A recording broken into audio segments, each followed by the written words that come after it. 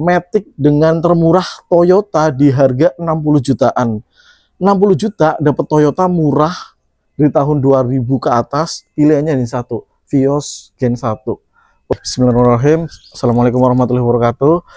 Kali ini saya akan menjelaskan mobil saya yang saya punya adalah Vios Gen 1 tahun 2004 CPU Thailand. Sejarahnya Vios Gen 1 ini masuk sebagai taksi yang dipakai oleh armada Bluebird, tapi dijual juga untuk umum. Dan untuk yang saya punya adalah tipe G Automatic tahun 2004 CBU dari Thailand langsung. Nah, yang terkenal dalam mobil ini adalah kebedakannya mesin menggunakan 1NZ yang sama seperti dengan mobil Yaris. Oke, kita langsung masuk ke bagian profil bannya dulu. Profil bannya adalah R15 185/60. Ini untuk cukup besar untuk mobil sedan yang bobotnya lebih dari 1 ton ini. Dari sisi engine bay, ini adalah tampilan dari engine bay Toyota Vios Gen 1. Mesin sudah dibuat peredam, jadi tidak terlalu berisik dan panas, walaupun masih masuk ke dalam kabin ya. Kemudian ini masih tergolong berat dan juga belum pakai hidrolis, masih pakai kawat sangkut seperti itu. Kemudian ini sudah dilengkapi dengan ABS. ABS modulnya seperti itu tuh. Itu modul ABS. Modul ABS ya, modul ABS-nya di tahun 2004 ini sudah pakai modul ABS. Jadi pengereman kita anti slip. Dan yang ini adalah Vios Gen 1 sudah di cover mesinnya ya, kode 1NZ-nya.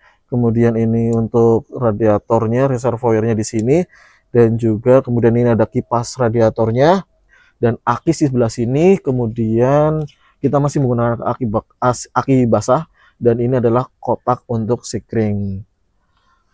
Lalu kita yang ganti adalah ini nih, di bagian klakson, karena bunyinya bawaannya tuh jelek banget, jadi nggak enak didengar. Lalu ini adalah minyak rem ya, yang kita selalu cek buat keamanannya.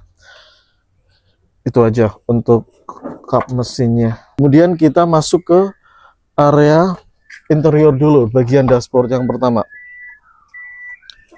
Oke, salah satu fitur yang ada di mobil Vios ini adalah, yang saya sukai adalah di tahun 2004 ini sudah menggunakan digital speedometer.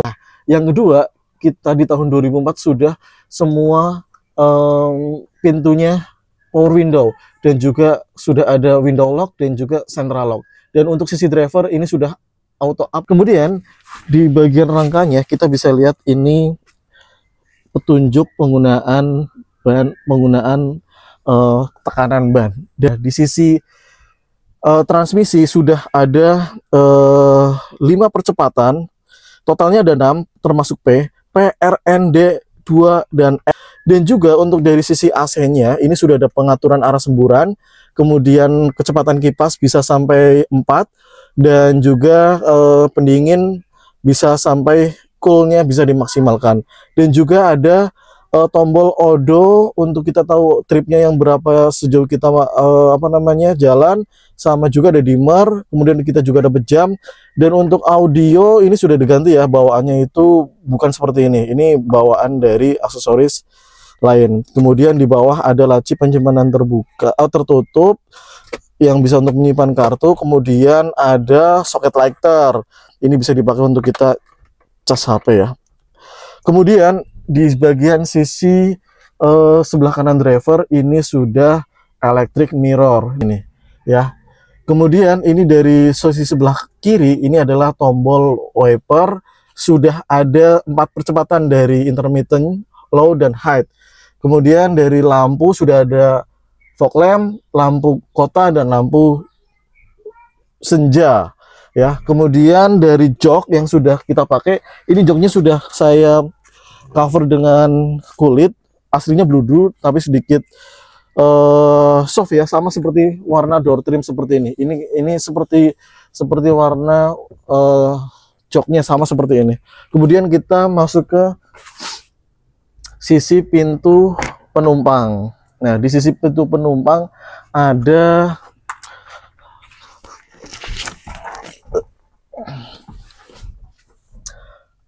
tombol power window, kemudian ada penyimpanan terbuka, kemudian ada pocket juga untuk penyimpanan, kemudian untuk joknya fix ya, tanpa headrest. Belum generasi kedua itu sudah ada headrest, tapi untuk generasi pertama belum pakai headrest ya.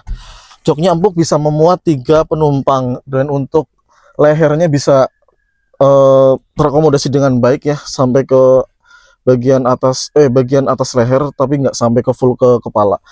Untuk jarak lutut ke driver ini masih ada jeda sekitar 1 jengkal ataupun dua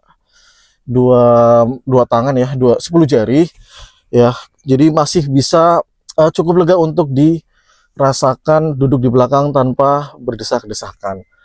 View dari belakang cukup luas, jadi tidak menutup segala pandangan arah-arah dari depan ya. Jadi masih bisa terlihat jalanan dengan baik. Dan ini ada lampunya, lampu kabin sudah otomatis. Kita ke bagasi. Di tahun 2004 bagasinya sudah komplit ya, sudah di cover dengan karpet. Kemudian dari bawaan ini kita sudah dapat toolkit dan ban serepnya juga sama. Dan juga toolkitnya ada di sini. Ini kunci untuk mengganti ban, dan dongkrak ada di sini. Nah, itu dongkraknya. Nah, ini kita bisa muat berapa ya? Kemarin kalau buat mudik itu bisa ya full lah. Hampir galon lem mineral itu bisa sampai 5, termasuk barang bawaan lainnya. Dan ini sudah ada lampu plat nomor ya, jadi dalam keadaan malam-malam ini masih bisa terang. Dan ini bisa dibuka dari akses anak kunci maupun dari sisi driver. Yang kedua, di bagian belakang sudah ada high mount stop lamp. High mount stop lamp ini membantu ketika kita dalam mengerem, keadaan mengerem dengan posisi mobil yang cukup rendah, sedan ya. Jadi visibilitas kendaraan di belakang yang lebih tinggi itu bisa melihat mobil ini sedang berhenti. Karena kan pendek, jadi ada alat bantu ini buat kita terhadap kendaraan lain. Dan juga kita ada juga defogger. Defogger ini sangat membantu sekali ketika kita berjalan dalam keadaan hujan. Kita bisa melihat di kendaraan bagian belakang, kalau kendaraan ini mengembun, kita tinggal pencet defogger aja, udah sangat membantu. Bahkan mobil aja yang di tahun-tahun sekarang defogger belakang itu masih ya di beberapa tipe, kalau tipe terendah belum tentu dapat. Oke, selanjutnya kita masuk ke sisi penumpang samping driver.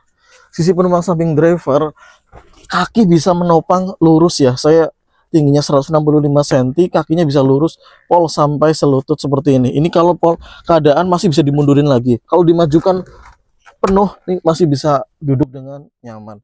Headrest masih bisa adjustable, dan juga kita punya ada penyimpanan tertutup. Nah, tapi non soft opening ya. Terus kemudian di sini ada kisi-kisi AC, dan juga bisa dibuka dan ditutup. Kemudian di sini ada tempat tisu yang di seri kedua ini mungkin buat airbag. Di Gen 1 ini masih kosong, jadi buat tempat tisu bisa. Penyimpanan tertutup ya. Di sisi penumpang bisa juga ada penyimpanan air mineral. Itu nggak bisa masuk, botol air mineral nggak bisa masuk. Tapi untuk dompet ataupun kartu-kartu ini masih bisa masuk. Dan juga ada sisi power window sisi penumpang. Kemudian dari segi penyimpanan, di sini ada penyimpanan terbuka. Kemudian di sini juga ada cup holder, ada 2. Kemudian di sini juga ada lagi cup holder lagi. Kemudian ini untuk seat belt sisi penumpang, dan ini seat belt untuk sisi driver. Handbrake masih mechanical ya. Di tahun segitu masih mechanical. Kemudian di sini ada open close air. Nah, dan juga di sini ada penyimpanan terbuka juga untuk koin.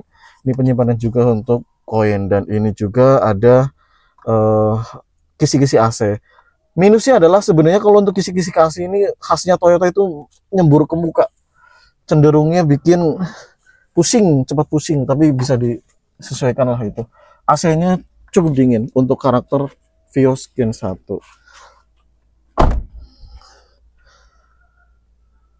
Antena di sisi luar ini masih menggunakan antena pull ya, belum shark fin antena.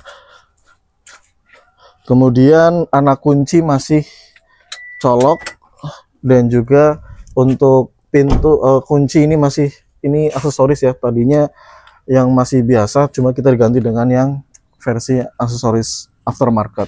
Keunggulan yang saya rasakan menggunakan Vios Gen 1 yang pertama adalah irit bahan bakar. Ini adalah tipe mobil yang first owning yang bisa kita miliki dengan manfaat unggul dari sisi bahan bakar yang hemat. Dalam kota bisa 1:14 ataupun 12, tergantung kaki kita bagaimana cara mengendarainya. Yang kedua, ini mobil yang cukup nyaman karena badak dari segi mesin. Mesin 1NZ itu terkenal badaknya, bisa dipakai balap, bisa juga untuk dipakai untuk harian.